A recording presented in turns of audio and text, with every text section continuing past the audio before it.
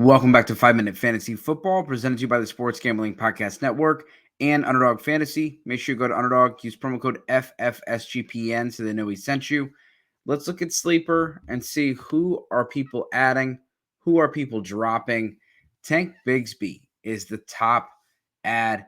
He's available in almost 70% of your leagues, and if you have ETN, you definitely want to hedge your bet and go get Bigsby. This week was the first week that Bigsby outsnapped and outtouched ETN. Let's be honest, he's looked better, and he's made a big transition, big change this year. ETN looks like he's more of the passing back, and this team is 1-4. They could be trading pieces, and ETN is in a contract year. If ETN were to get traded, you would have a win-win situation. But if you have Bigsby regardless, you have possibly the starting running back for the Jacksonville Jaguars, but you have a very, very high value handcuff and someone with some potential standalone value if ETN were to get traded or go down. Bigsby is the top priority from the running back position and the only one that looks like he could have some clear-cut value long-term. Jalen Tolbert is the second ad. Darnell Mooney, Chase McLaughlin, Kirk Cousins, Joe Flacco, Tucker Kraft. I want to talk about Tucker Kraft. He's probably my number one priority this week. That's because the tight end position is so difficult to figure out. I told you guys 2 weeks ago to go get Tucker Kraft and try to trade for Jaden Reed before Jordan Love came back. Tucker Kraft has been absolutely fantastic every game that Jordan Love has played. And this week we saw it at its peak. He is the least likely option, and that's why Tank Bigsby was the first one that we discussed. But if Tucker Kraft is available, he is the number one priority. He's available in roughly 35% of leagues. I looked over on NFL fantasy, almost closer to 45% of leagues he's available. He's an absolute start. He's going to be a top 7 tight end the rest of the season and someone that you can pick up on some of your waiver wires. Rico Dowdle, he started to show a little life. He's available in almost 40% of your leagues. My only concern with Dowdle is, do the Cowboys make a move at the trade deadline? If I'm a Cowboys fan, I would love to see them trade for James Conner, Chuba Hubbard, or any one of these running backs from these teams at Travis Etienne, as discussed before, that has one that they're going to offer, because the running backs are not going to cost a lot in the trade market. And this is a team that needs some balance.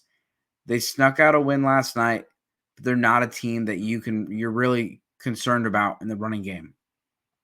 Darius Slayton, he was an ad, and honestly, this one, I'm not going to encourage you to add him. Slayton's been hit or miss his entire career, but Malik Neighbors comes back, Slayton's going to go away. We've seen it very concentrated for the New York Giants. It's been Malik Neighbors, and it's been Wan'Dale Robinson. Darius Slayton, there's just not enough out there with Daniel Jones for Darius Slayton to be a thing.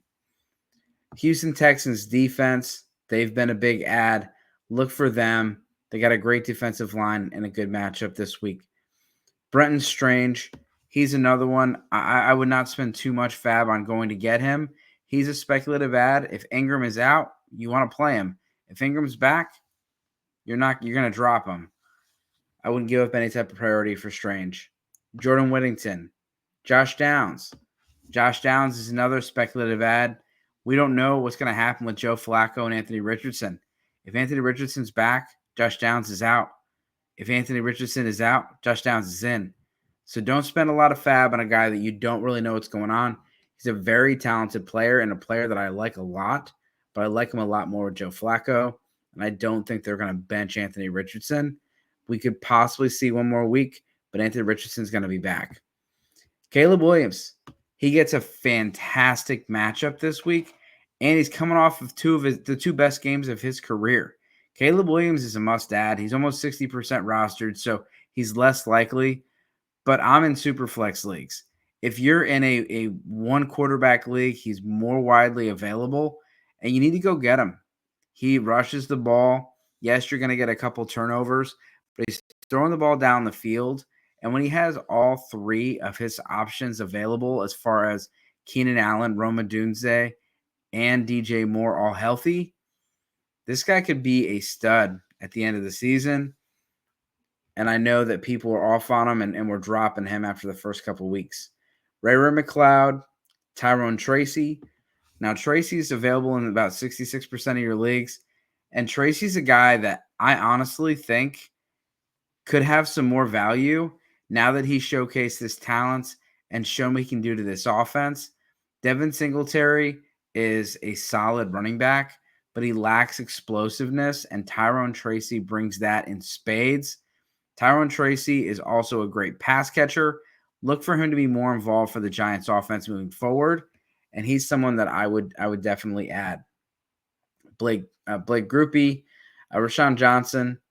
Johnson is very inefficient, but he's getting touchdowns, and so in your deeper leagues, he's worth an add, almost 70% available.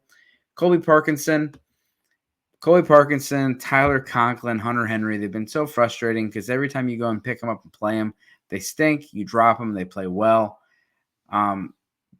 As pieces start to come in, as far as the bigger pieces get healthy, Parkinson's going to go away. Not someone that I'm too worried about. But if you're in a pinch and you have to get a win this week and you need a tight end, Parkinson's a decent play. And let's look over here at the drops. Who is being dropped? Juwan Jennings, Justice Hill, Zach Ertz, Rashee Rice, Jerry Jeudy. Let's talk about Rashee Rice. He's getting his procedure tomorrow. Rashee Rice is getting his LCL repaired, but he also could be looking at the potential ACL. They're saying he's most likely done for the season. From all the reports, I would drop him. I don't think it's worth an IR spot, but at least wait till tomorrow, see what happens. But he's definitely someone you're going to want to drop and create room for one of these other guys. Juwan Jennings, we saw Kittle, we saw Debo come back. Jennings looked good, but now Ayuk is starting to peak. You want to get out. Zach Ertz, again, with all these other pieces, he's just he's been a very like four catches each week for 30 yards. It's not going to win you a week. All right, let's look at our other options here. We have Trey Tucker, Jake Moody, Emmanuel Wilson. I hope we see Marshawn Lloyd this year, but it's not looking good. Antonio Gibson, he's dropped. Everyone, including myself, fell for it. Ramondre Stevenson got benched. Antonio Gibson is gonna play. I didn't pick up Gibson, but I benched Stevenson, and he had a great week. Andre Yoshivas, Jamar Chase is that dude, and T. Higgins is healthy, so it's been hard to see him. He's someone to keep an eye on, but Ezekiel Elliott, Jalen Naylor, Cortland Sutton, Dontavian Wicks, Justin Fields. I know the Steelers lost 2 games in a row, but I don't see anyone dropping him. He's a player that I'm very interested in, and his rushing upside, it just creates such a stable floor. Cole Kmet, I told everybody in the beginning of the year, I just don't see why Cole Kmet was being ranked so high in Dynasty and in redraft. There's so many options there between DeAndre Swift and DJ Moore and Keenan Allen.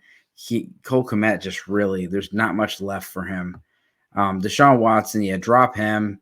In your deeper leagues, Jameis Winston is someone to keep an eye on.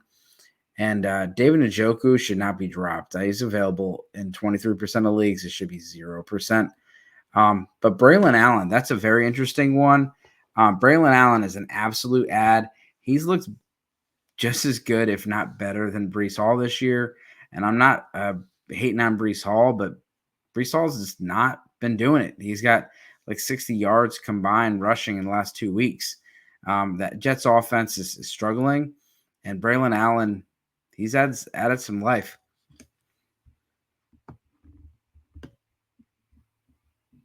So let's recap here. My top quarterback options, Kirk Cousins, Caleb Williams, and Derek Carr. Carr gets Tampa this week. It's a good matchup, but I really like Caleb Williams' matchup, and he'd be my top priority from the quarterback position. Tank Bigsby, Rico Dowdle, Tyrone Tracy, Ty Chandler, Raheem Mostert, and Jalen Wright. We didn't talk about the injuries much, but Aaron Jones left the game with an injury. Keep an eye on that. Ty Chandler would be the guy. And then Mostert and Jalen Wright. Achane is probably going to be out this week, if not 2 weeks. He's in concussion protocol. And so Jalen Wright looked great in the Achane role, but Mostert had 19 carries. And so Mostert becomes a thing. Jalen Wright becomes a thing. And both guys that you want to keep an eye on. Unfortunately, this offense isn't explosive as it was, but this offense did look a lot better the second half of that game. And then for the receiver, Jalen Tolbert, Alec Pierce, Josh Downs, Darnell Mooney, and Wan'Dale Robinson. I would prioritize Mooney. He's available in 70% of your leagues. And then Wan'Dale Robinson would be my second choice. And then Jalen Tolbert. As far as tight end, I already talked about it. Tucker Kraft is my top tight end. But I would not mind adding Tyler Conklin. He's been up and down this year, but I think as this offense goes, they're considering they're passing more down the field. Conklin is getting a lot of targets, a lot of air yards. And as far as your defenses this week, Atlanta gets Carolina, Denver gets the Chargers, Philly gets Cleveland, Chicago gets Jacksonville. All good options this week. I think Atlanta is my top choice, but then I'm going to go with Chicago, Denver, and then Philly. You look at the Cleveland offensive line's been terrible, and the Deshaun Watson's just been bad. So Philly would be another great pick. So this has been 5 Minute Fantasy Football. As always, good luck this season.